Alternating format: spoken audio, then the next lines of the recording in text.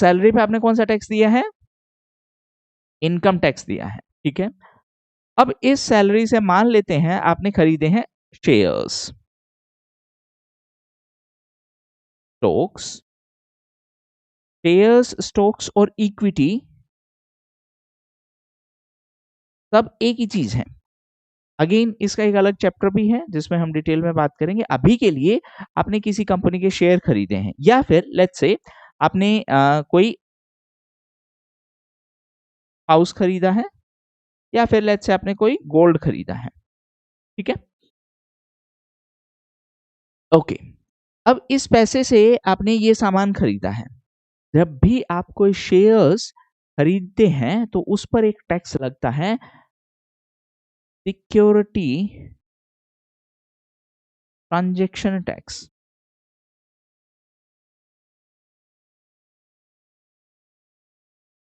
That is STT।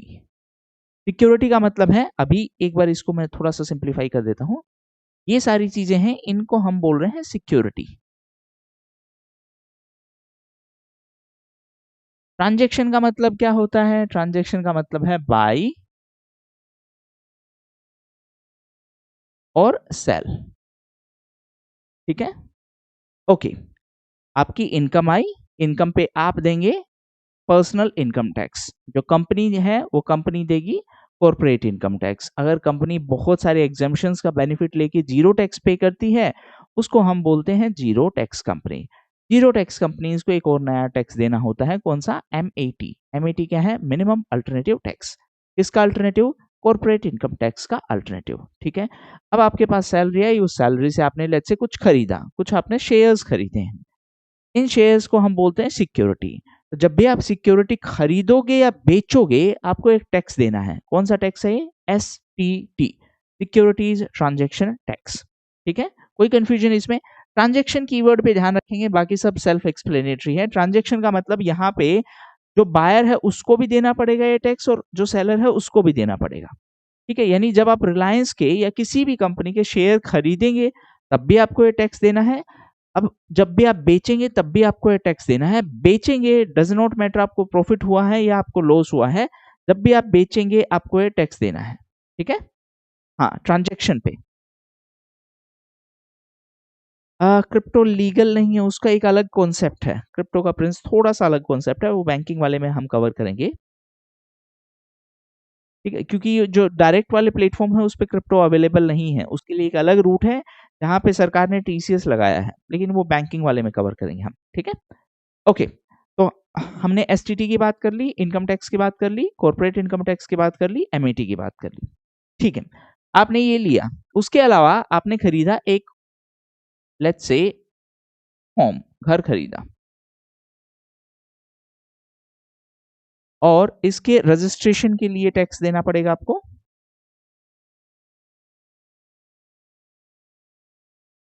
ठीक है। जैसे शेयर वाले के लिए आपने सिक्योरिटी ट्रांजैक्शन टैक्स दिया है, इसके लिए आपने रजिस्ट्रेशन टैक्स देना पड़ेगा। एक आपने एक छोटा सा टर्म सुना होगा, स्टाम्प ड्यूटी, है ना, स्टाम्प।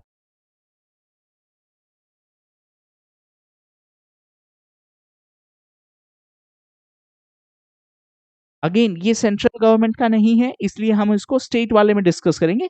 सिर्फ आपको अभी बताने के लिए बोला है, ठीक है। ये वाला सेंट्रल गवर्नमेंट का नहीं है।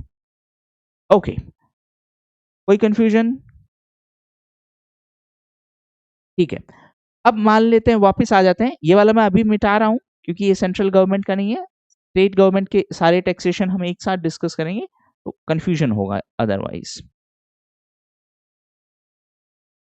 ठीक है।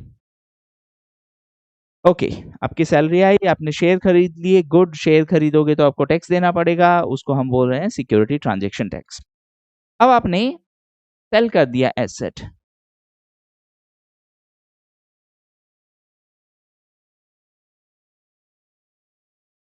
यहां के लिए मैं बस उसी उसी सिक्योरिटी वाला एग्जांपल कंसिडर कर रहा हूं, लेट्स से शेयर्स। तब आपको देना पड़ेगा कैपिटल गेन टैक्स। तीन टर्म है, सब कुछ टर्म के अंदर ही मेंशन है।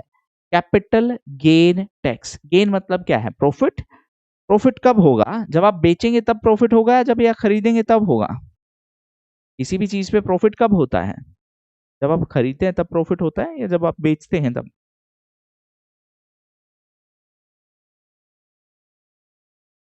हाँ, सेल करेंगे तब, राइट?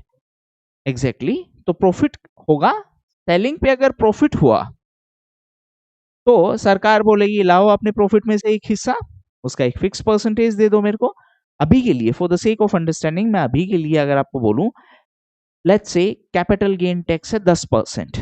10%, तो अगर आपको 100 रुपए का प्रॉफिट हुआ है बेचने पर, आपने कोई चीज 300 की खरीदी थी, 400 की बेच दी। Let me write it as example, buy, sell, profit और CGT।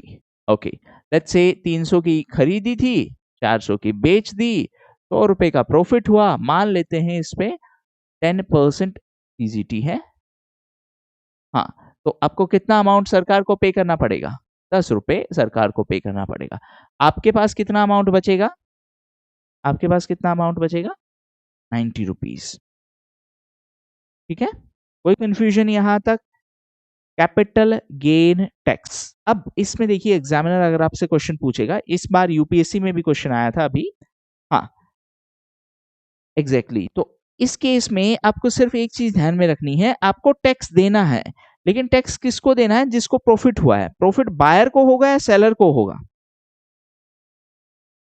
प्रॉफिट बायर को होगा या सेलर को होगा? एक सेकंड, आएंगे बेटा, आपके डाउट पर भी आएंगे नरगिस, बस ऑलमोस्ट खत्म होने वाला है। सेलर को क्यों, बायर को क्यों नहीं? अरे प्रॉफिट किसको होगा? जो सामान बेचेगा उसी को तो प्रॉफिट होगा। अपने सामान बेचा है तभी तो आपको प्रॉफिट होगा। तो यहाँ पे दो चीजें ध्यान में रखेंगे, टीजीटी लगेगा सेलर के ऊपर, दूसरा ऑन गेन और ऑन प्रॉफिट। लॉस हुआ तो मान लेते हैं आपने 300 का खरीदा था और आपको किसी वजह से 200 का बेचना पड़ा, सरकार आपसे सीजीटी लेगी?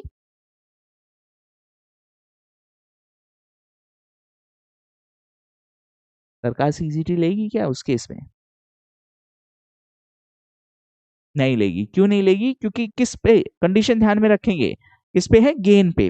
अब देखो, एक डाउट है कि इस पे एसटीटी भी तो लग सकता है। ऑफ कोर्स लगेगा एसटीटी भी। देखो, थोड़ा सा कंफ्यूजन दूर कर देते हैं।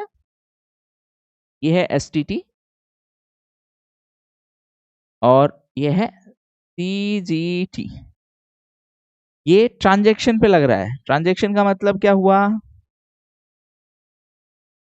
ये गेन पे लग रहा है। गेन मतलब प्रॉफिट, ट्रांजैक्शन मतलब बाई और सेल।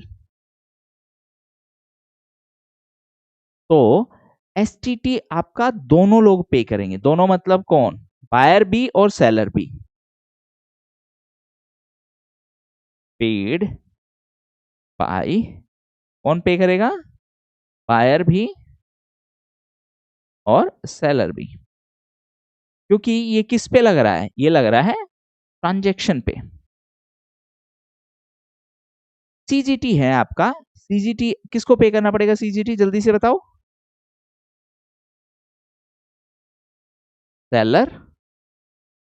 और कब पे करना पड़ेगा? गेन के केस में।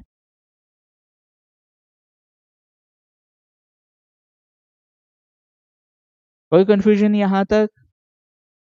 Exactly exactly। अब ये आपका एक कंप्यूटर प्रोग्राम हो गया है। If this happens this will happen, if this happens this will happen. कोई कंफ्यूजन?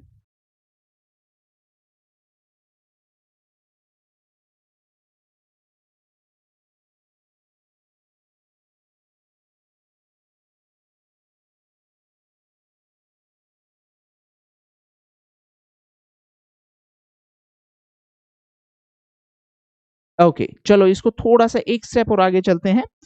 जो लास्ट ईयर बहुत कंट्रोवर्सी में भी रहा था, इस चीज को हम बोलते हैं इंडेक्सेशन बेनिफिट।